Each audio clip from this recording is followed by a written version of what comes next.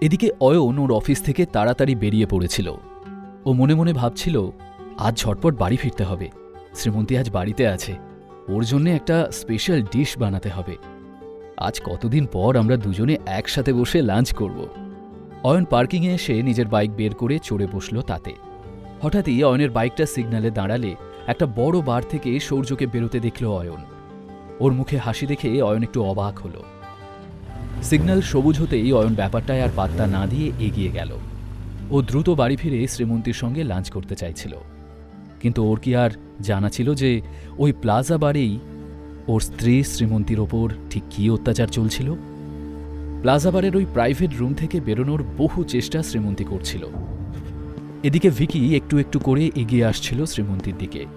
আমাকে ছাড়ো, don't touch me, একদম ছোবে না আমাকে। ভিকির হাত থেকে নিজেকে ছাড়াতে ছাড়াতে কোনো মতে কথাগুলো বলল শ্রীমন্তী। তখনই ওর নজর পড়ল টেবিলের ওপর রাখা মদের বোতলটার দিকে। শ্রীমন্তী হাত বাড়িয়ে বোতলটা শক্ত করে চেপে ধরল। তারপর ভিকি কিছু বোঝার আগেই বোতলটা দিয়ে সজোরে মারল ভিকির মাথায়। মাথায় আঘাত পেয়ে শ্রীমন্তীর হাতটা ছেড়ে দিল ভিকি। তবে রে, তোর খুব সাহস হয়েছে না? তুই এখনো ভিকি ভাইকে চিনিস না। আজকে তোকে বোঝাবো আমি কে। আর এই সুযোগটা কাজে লাগিয়ে শ্রীমন্তী বিন্দুমাত্র সময় নষ্ট না করে ঘরের কোণে থাকা একটা সোফার পেছনে গিয়ে লুকিয়ে পড়ল। জানি না সূর্য আমার ড্রিঙ্কসে কি মিশিয়েছিল যে মাথাটা এত ব্যথা করছে আমার। একবার এই অসভ্য লোকটার হাত থেকে মুক্তি পেলে ওই সূর্যর ব্যবস্থা করছি, শয়তান একটা। আরে ভিকি ভাই, এ কি অবস্থা হয়েছে? আপনি ঠিক আছেন তো? হ্যাঁ, আমি ঠিক আছি। এসব ছোটোখাটো চোট আমি গায়ে মাখি না। ওই মেয়েটা কোথায় গেল? পালিয়ে গেল নাকি? তোরা শিগগির খোঁজ মেয়েটাকে। একবার ও বাইরে বেরিয়ে গেলে খুব মুশকিলে পড়তে হবে আমাদের। ইতিমধ্যে শ্রীমন্তী সেন্স হারাতে শুরু করেছে, তবে লোকগুলোর মুখে ওকে খোঁজার কথা শুনে ও খানিকটা স্বস্তি পেল।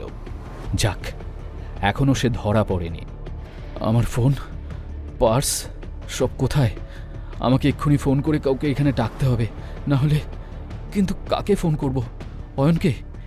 ইয়েস, এখন তো ওর লাঞ্চ টাইম। আমি শিওর অয়ন আমাকে এই ঝামেলা থেকে ঠিক বাঁচিয়ে নেবে। শ্রীমন্তী উঁকি দিয়ে দেখল ওর পার্সটা রুমের একটা কোণের দিকে টেবিলে পড়ে আছে। শ্রীমন্তী তা দেখে চিন্তায় পড়ে গেলেও নিজেকে শান্ত করে ভাবল, গুন্ডাগুলো এই মুহূর্তে আমাকে খুঁজতে ব্যস্ত। ওদের মন অন্যদিকে রয়েছে, আর ঘরটাও প্রায় অন্ধকার। এই ফাঁকে আমি আমার পার্সটা নিয়ে আসতে পারলেই কাজ হাসিল হবে। ও কাউচের পেছন থেকে বেরিয়ে এসে হামাগুড়ি দিয়ে এগিয়ে যায় সোজা পার্সটার দিকে। হঠাৎই ভিকির নজর ওর দিকে পড়ে যেতেই চট করে ও ঝুঁকে পড়ে নিজেকে আড়াল করার চেষ্টা করল। কয়েক সেকেন্ড ওই অবস্থাতেই থেকে ও আবারও পার্সটার দিকে এগোতে থাকল। ও সতর্কভাবেই ঘরের কোণে এসে টেবিলের ওপর থেকে নিজের পার্সটা তুলে নিল। এরপর শ্রীমন্তী ঘুরে যেতেই হঠাৎ একটা শক্ত হাত সজোরে মেঝেতে ঠেসে ধরল শ্রীমন্তীকে। পার্সটা ওর হাত থেকে ছিটকে গেল অনেকটা দূরে। আহ, ছাড়ো আমায়, ছাড়ো বলছে। তোকে ছেড়ে দেব? ভিকি ভাই, এই মেয়েটাকে এমন জব্দ করতে হবে যাতে ও জীবনভর মনে রাখে যে ও কার সাথে পাঙ্গা নিয়েছিল। এ কথায় সায় দিয়ে শ্রীমন্তীর দিকে তাকাতেই ঘরের দরজাটা সজোরে খুলে গেল। ভাই বাঁচাও প্লিজ! সবাই হতবুদ্ধি হয়ে দরজার দিকে তাকালো, আর ভিকি বিরক্ত হয়ে লোকটাকে জিজ্ঞেস করল, কি হয়েছেটা কি? লোকটা কিছু বলার আগেই দরজার কাছে 6 ফুট লম্বা একটা ছেলে এসে দাঁড়ালো।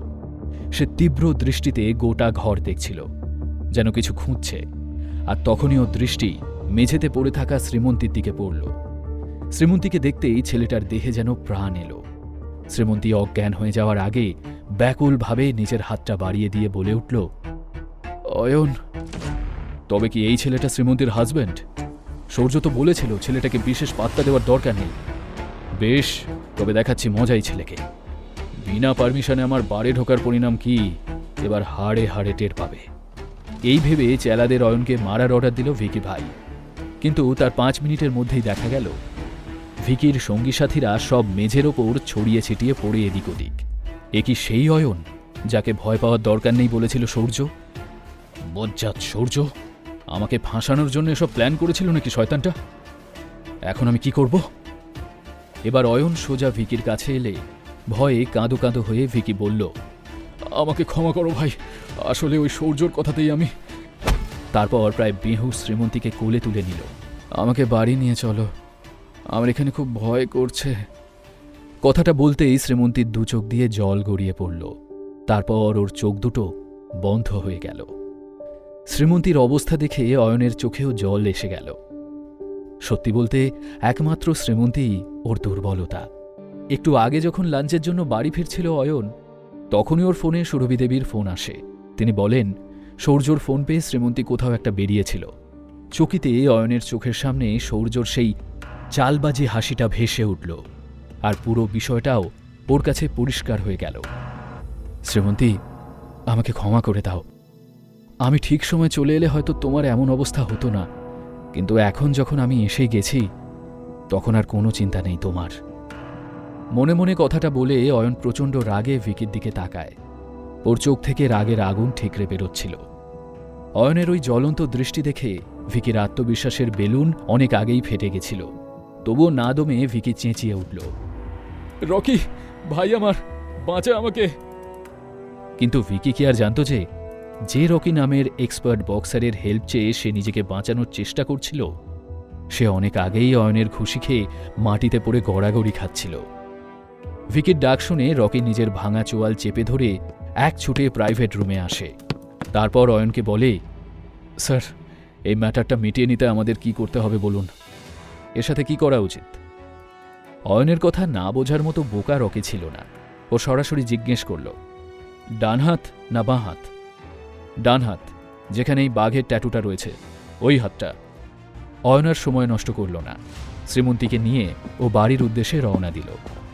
ওরা চলে গেলে ভিকি নিজের হাত চেপে ধরে উঠতে উঠতে রকিকে বলল, ওই ছেলেটাকে দুঘা দেওয়ার বদলে তুই আমার হাতটা কেন ভাঙলি?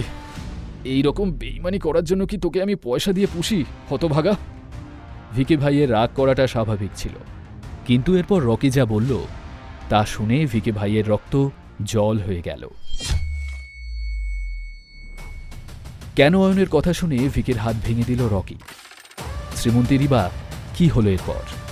জানতে হলে শুনতে থাকুন এই গল্পটি, শুধুমাত্র পকেট FM-এ।